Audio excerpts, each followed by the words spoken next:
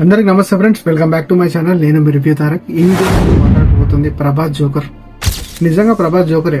ఎందుకంటే బాలీవుడ్ లో నమ్మి ఆదిపురుష్ అనే సినిమా తీస్తే దాన్ని ఓం రాహుత్ గాడు దాన్ని ఇష్టం వచ్చినట్టు రామాయణం కాదు, అది మోడర్న్ రామాయణం అని ఇష్టం వచ్చినట్టు గెలికి ప్రభాస్ ని దాంట్లో జీజస్ లాగా చూపించిండు. ఇంకేమేమో ఇక జోకర్ ని చేసిండు. కరెక్టే కదా.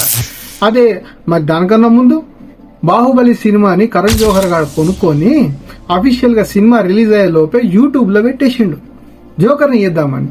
మిమ్మల్ని నమ్మడం జోకర్. So ఎవరన్నారా joker? తెలిసిందే. ఇప్పుడు మొత్తం ఇంటర్నెట్ గానీ, ట్విట్టర్ గానీ, యూట్యూబ్ గానీ, ఫేస్బుక్ గానీ రచ్చ అయిపోతుంది అర్షద్ వాసి. మనం కోసం చెప్పుకోవాలి అంటే మున్నాబాయ్ ఎంబీబీఎస్ దాంట్లో సర్కిట్ అనే పాత్ర ఏదైతుందో ఆ సినిమా నుంచి భలే ఫేమస్ అయిందిలే. సర్కిట్ అంటే గుర్తుపడతారు, అర్షద్ వాసి అంటే గుర్తుపడతారు. ఆ సినిమాలో ఉన్నంత పేరు మళ్ళీ ఇంట్లో తెచ్చుకోలేదు. దాని తర్వాత మనోడు బిగ్ బాస్ సీజన్ 3లో హోస్టింగ్ గా కూడా చేసిండు. మరి ఇదంతా ఎందుకు రాని సొల్లంటే తెలియాలి కదా, పబ్లిక్ కి తెలియాలి కదా. ఆడేమైనా షారుఖ్ ఖానా, సల్మాన్ ఖానా, అమీర్ ఖానా టక్కున అయిపోయినా గుర్తు రావడానికి. ఓ పెద్ద పీక్ ఏం సినిమాలు చేసిండా? నేషనల్ అవార్డు విన్నింగ్ ఏమైనా, global prize, Nobel prize, Nandi అవార్డులు ఏమైనా ఫిల్మ్ఫేర్ కొట్టుకొచ్చిండా? అంత చెప్పుకోవాల్సిన క్యారెక్టర్ కూడా కాదు. సరే, ఒక వ్యక్తిగత విషయం, కల్కి సినిమా అందరికి నచ్చాల్సిన అవసరము లేదు. అభిప్రాయం వారిది. ఫ్రీడమ్ ఆఫ్ స్పీచ్ అనేది ఒకటి ఉంటది, అది ఎలా అయినా మాట్లాడుకోవచ్చు. ఇప్పుడు ఒక నార్మల్ పర్సన్ ప్రభాస్ జోకరు అంటే ఒప్పుకోవచ్చు. ఒక అత్తాపత్త లేనుడు ఆ మాట అంటే ఓకే. కానీ ఇదే మాట నువ్వు బాలీవుడ్ లో సల్మాన్ ఖాన్ అంటావా, షారుఖ్ ఖాన్ అంటావా, సంజయ్ దత్ అంటావా?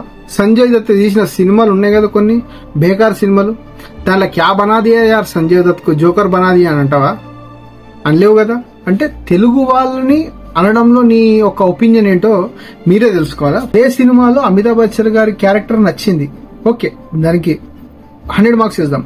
కానీ మీరు కల్కి సినిమాలో ప్రభాస్ ని మీరు ఒక అవెంజర్ లో పెద్ద థార్ లాగా చూపించాలంటే అది అవెంజర్ థార్ సినిమా కాదు భాయ్ సాబ్. ఆ సినిమా ఏంటంటే మహాభారతాన్ని బేస్ చేసుకొని దాంట్లో అర్జునుడు, అశ్వత్థామ, తర్వాత కర్ణుడు ఉంటాడు. ఏంది ఏం కథ అనేది సినిమాని చాలా అడ్వాన్స్ వర్షన్ లో తీసిన సినిమా. దాంట్లో నువ్వు మరి ఎట్లుండాలా ప్రభాస్? అట్లా ఉండకపోతే ఎట్లుంటాడు మరి? నీకు జోకర్ గా ఇప్పుడు అదే అశ్వత్థామ, నీకు దాంట్లో అశ్వత్థామ అమితాబ్ బచ్చన్ గారు నీకు 10 ఫీట్లు కనబడితే నీకు ఏం తప్పు లేదు. ప్రభాస్ అట్లా ఉండేసరికి నీకు జోకర్ గా అనిపించిందా?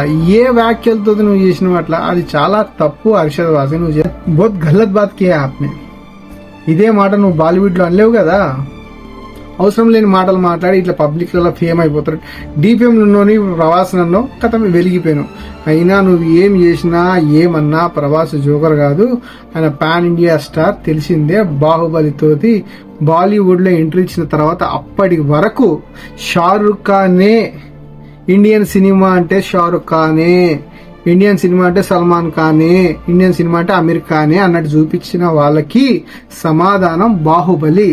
దాని తర్వాత వచ్చిన చిన్న మా సినిమాలు, తెలుగులో సినిమాలు కూడా కార్తికేయ 2 అక్కడ ఫస్ట్ వీక్ తర్వాత సెకండ్ వీక్ కి నెంబర్ ఆఫ్ థియేటర్లు పెంచారు.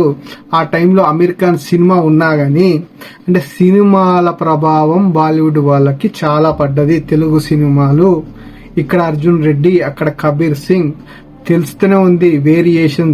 సౌత్ సినిమాల దగ్గర దమ్ము ఉంది, మన దగ్గర దమ్ము లేదు అని. సో ఇక ఇష్టం వచ్చినట్టు మాట్లాడచ్చు.